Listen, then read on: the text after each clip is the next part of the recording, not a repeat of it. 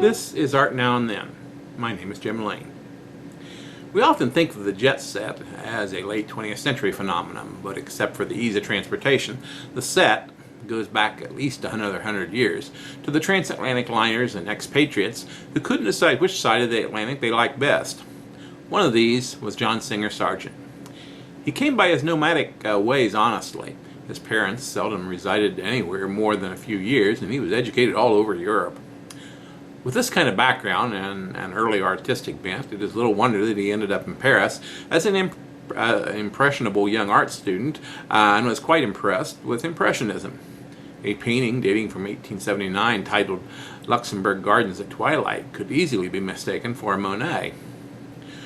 But Sargent was just as impressed by Spanish art, particularly that of Velázquez, and in Holland he found Frans Hal's work quite impressive.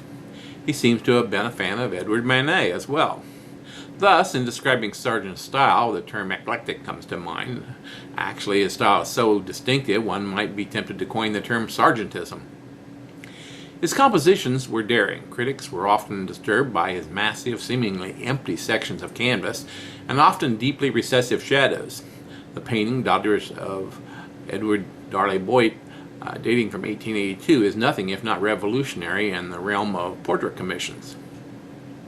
In 1884, he was commissioned to paint a portrait of one of Paris's greatest beauties, Madame Gautreau.